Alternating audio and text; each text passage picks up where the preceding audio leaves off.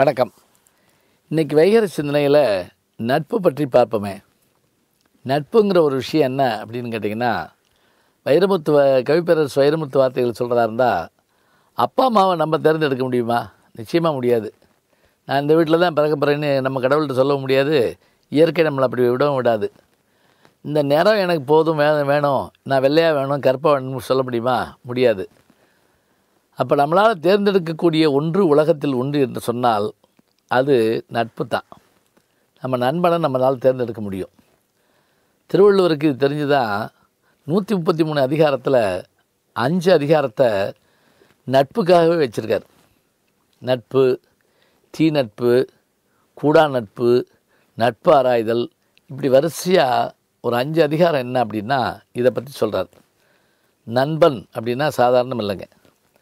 நான் ஒரு தடவை மதுரையில் ஒரு ஆட்டோவில் எழுதி போட்டிருந்தேன், படித்து பார்த்தேன். நண்பனுக்காக உயிரை கொடுப்பது எளிது, நண்பனுக்காக உயிரை கொடுப்பது எளிது, ஆனால் அப்படிப்பட்ட நண்பன் கிடைப்பது அரிது. அழகான வார்த்தையாக இருந்தது. நம்ம எல்லாருக்கும் உயிரெல்லாம் கொடுக்க மாட்டோம். இயல்பாக நீங்கள் பாருங்கள், இயற்கையாக எத்தனை வகையான நட்பு.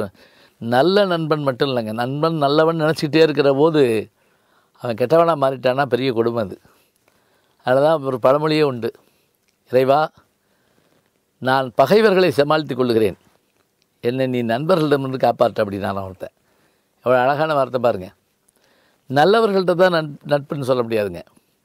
இப்போ இப்படி கூட வைங்களேன், துரியோதனை பொறுத்த மட்டும் மகாபாரதத்தில் வில்லன் தான், கர்ணனை பொறுத்த மட்டும் மிக நல்லவன் தான். ஆனால் அந்த 2 பேருடைய நட்பு இருக்குது பார்த்திங்களா, ஒருவருக்காக ஒருவர் உயிரை கொடுத்தவர்களுங்க. தன் பெற்றதாயே அழைத்த போது கூட இல்லை என் நண்பனை விட்டுட்டு வரமாட்டேன், செஞ்சோற்று கடன் தீர்க்க சேராத இடம் சேர்ந்து வஞ்சத்தில் விழுந்தாயடா கர்ணா, வஞ்சகன் கண்ணனடா அப்படின்னு கண்ணாசன் எழுதியிருப்பார். சரி, பார்த்த நட்பு சொல்கிறோம், பார்க்காத நட்பு இருக்கா? சங்க இலக்கியத்தில் இருக்குதுங்க.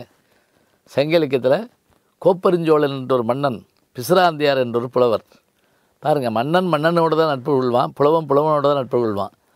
ஆனால் புலவனுடைய அருமையை தெரிந்து கொண்ட அந்த மன்னன், அவர் கேள்விப்பட்டிருக்காரு, பார்த்ததில்ல. பிசிராந்தையார்னா நீங்கள் ஒன்றும் பயப்படாதீங்க, அந்த காலத்தில் ஆந்தையார்னு பேர் வைப்பாங்க. இந்த ஆந்தையார் எந்த ஊருக்காரர்னா, ராமநாதபுரம் பக்கத்தில் பிசிறுன்னு ஒரு ஊர் இருக்குது.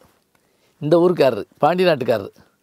ஆனால் சோழ நாட்டு மன்னன் கோப்பெருஞ்சோழன்கிட்ட அவன் இவரை பற்றி கேள்விப்பட்டு வச்சுருந்தான், இவரும் அவரை பற்றி கேள்விப்பட்டு வச்சுருந்தான். 2 பேரும் பார்க்கணுன்னு நினைக்கிறாங்க.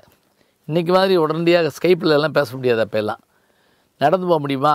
நாடாகுமே, மன்னனை பார்க்க முடியுமா? பார்க்கணும்னு நினச்சிட்டே இருக்காங்க. அதுக்குள்ளே ஒரு இறுதி நாள் வருதுங்க. எப்படி இறுதி நாள் தெரியுமா? அந்த சோழ மன்னனுடைய மகன்கள் 2 பேரும் சண்டை போட்டதுனால அந்த மன்னன் வருத்தப்பட்டு தற்கொலை பண்ணிக்கிற மாதிரி அந்த காலத்தில் என்ன பண்ணுவாங்கன்னா வடக்கிருத்தல்னு பேர். வடக்கிருத்தல்னு என்ன தெரியுங்களா? உணவு உண்ணாமல் அமர்ந்திருந்து அப்படியே உயிர் விடுதல்.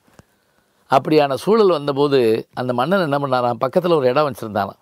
இந்த இடம் இருக்கட்டும், என் நண்பர் வருவார் அப்படின்னாராம். யார்? பிசிராந்தையார். உங்களை பார்த்துருக்காரா? பார்த்ததில்ல. கேள்விப்பட்டிருக்காரா? கேள்விப்பட்டிருக்காரு. ஆனால் உங்களுக்காக உயிர் கொடுப்பார். அதே மாதிரி பிசிராந்தையார் போய் சேர்றதுக்குள்ளே மன்னன் போயிட்டாங்க. ஆனால் அதே இடத்துலேருந்து அவரும் உயிர் விட்டார் அப்படிங்கணும்.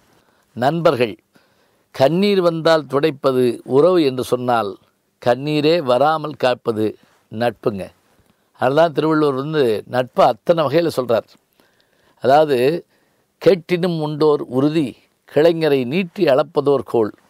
நமக்கு கஷ்டம் வந்தால் தான் நண்பன் யாருங்கிறத கண்டுபிடிக்க முடியுங்கிறதே திருவள்ளுவர் சொல்கிறாருன்னா, எந்த நூற்றாண்டிலும் நம்மோடு இருப்பவர்கள், நமக்காக உழைப்பவர்கள், நம்மை போன்றே இருப்பவர்கள் நம் நண்பர்கள் தாங்க. அதனால் கடவுளை கூட பாரதி நண்பனாய், நல்லாசிரியனுமாய், பண்பிலே தெய்வமாய், பார்வையிலே சேவகனாய், எங்கிருந்தோ வந்தான் இடைச்சாதி நான் இங்கவனை யான் பெறவே என்னதவம் செய்து விட்டேன், கண்ணன் என் தோழன் அப்படிங்கிறாருங்க. தோழமை ஒரு அற்புதமான விஷயம். ஜி ஞானசம்பந்தன் அப்படிங்கிற என்னுடைய யூடியூப் சேனலுக்கு சப்ஸ்கிரைப் பண்ணுங்கள். நல்ல பல செய்திகளை நாளும் கேட்கலாம், அரிய பல செய்திகளை அன்றாடம் கேட்கலாம்.